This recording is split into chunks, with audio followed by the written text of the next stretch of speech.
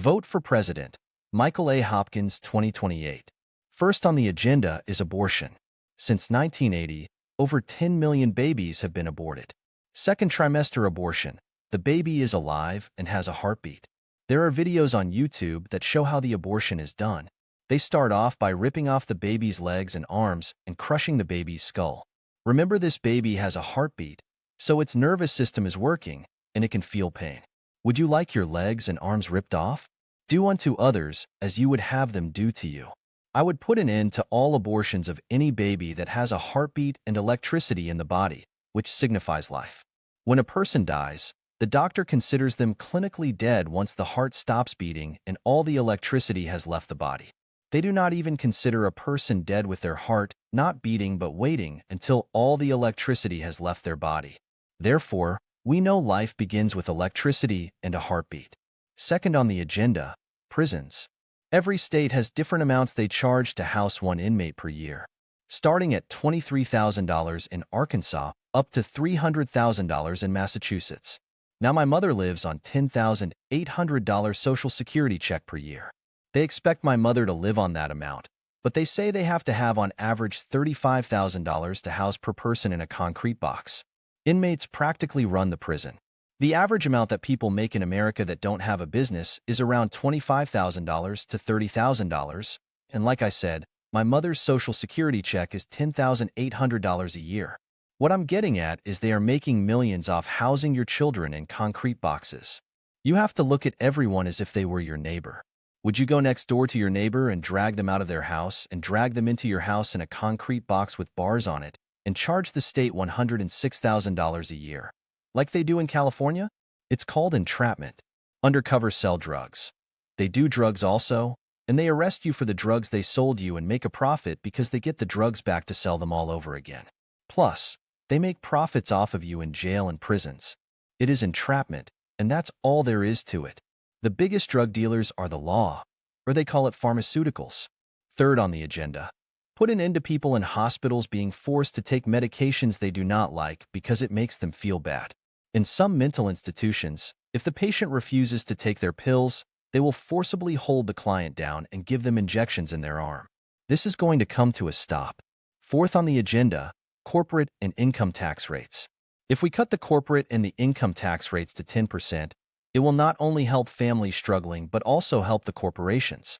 Currently, the corporate tax rate is 32%.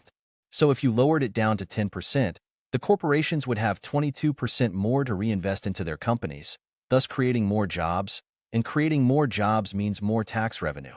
Actually, the government would have more tax revenue this way from their current way of thinking. The businesses already reinvest in their companies. This is how they've grown to be as large as they are. So I believe they will use the 22% to put back into their companies, meaning more jobs, more tax revenue, and helping out in the homeless situation. Fifth on the agenda, home ownership. Even if you paid your house off, you still do not own your home. You have to pay rent to the government, and if you don't pay the rent, they will force you off your property and sell your property for delinquent taxes. You dream of getting old and relaxing in your dream house, but you didn't save up enough money to retire. And you live on Social Security, and your Social Security check isn't big enough to pay the taxes on your house, and the law comes in and takes it from you. I don't want this to happen to anyone, and all property taxes need to be removed. Put an end to property taxes and have true land and home ownership. Sixth on the agenda, I will create a forgive and forget policy for those who get out of prison. They have done their time for their crime, so we need to forgive them and not hold a record over their head for the rest of their life. Some people who get out of prison can't get food stamps, houses, or jobs all because you still hold a record on top of their head. The Bible clearly states to forgive and forget, but I believe someone forgot the Bible. Seventh on the agenda, I would change marriage laws. Because when two people get married, they can bind their income into one income, which causes them to go into a higher tax bracket. You should be encouraging people to get married and lend a helping hand. Causing them to pay more in taxes is not lending a hand. This will change. Eighth on the agenda, Social Security. I personally believe that people should at least get a minimum wage amount Social Security check. Minimum wage in my state of Missouri is over $12 an hour. So that's almost $25,000. Like I said, My mother only gets a $10,800 Social Security check per year. You cannot live on that. It's really hard to live on minimum wage. It also takes two people working minimum wage jobs to be able to pay for a house, car, gas, house insurance, car insurance, vehicle maintenance, health insurance, groceries, electric bill, water bill, and trash bill.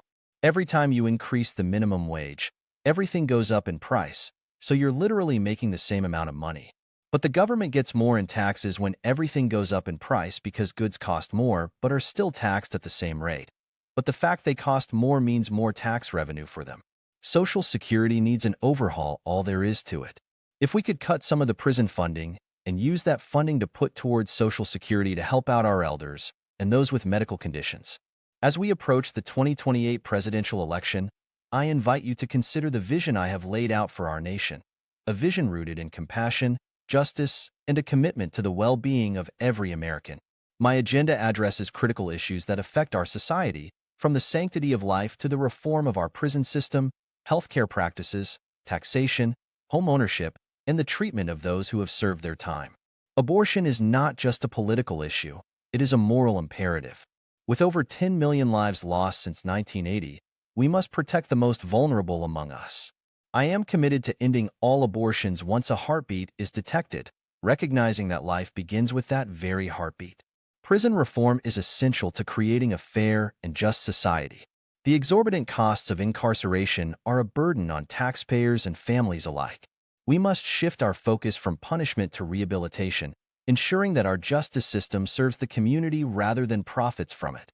In healthcare, I will advocate for the rights of patients to refuse medications that make them feel worse. No one should be forced into treatments that compromise their well-being, especially in mental health facilities. Tax reform is crucial for economic growth.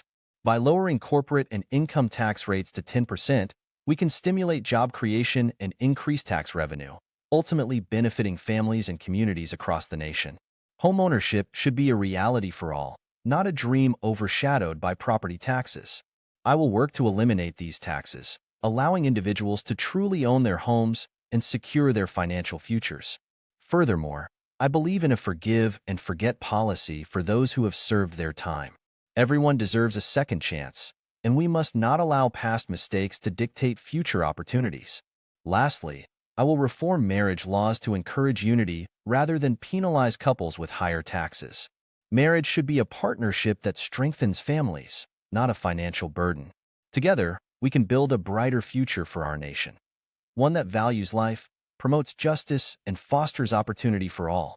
I ask for your support in this journey. Let us work together to create a society where every individual is respected, every family is supported, and every community thrives. Vote for President Michael A. Hopkins in 2028. Together, we can make a difference.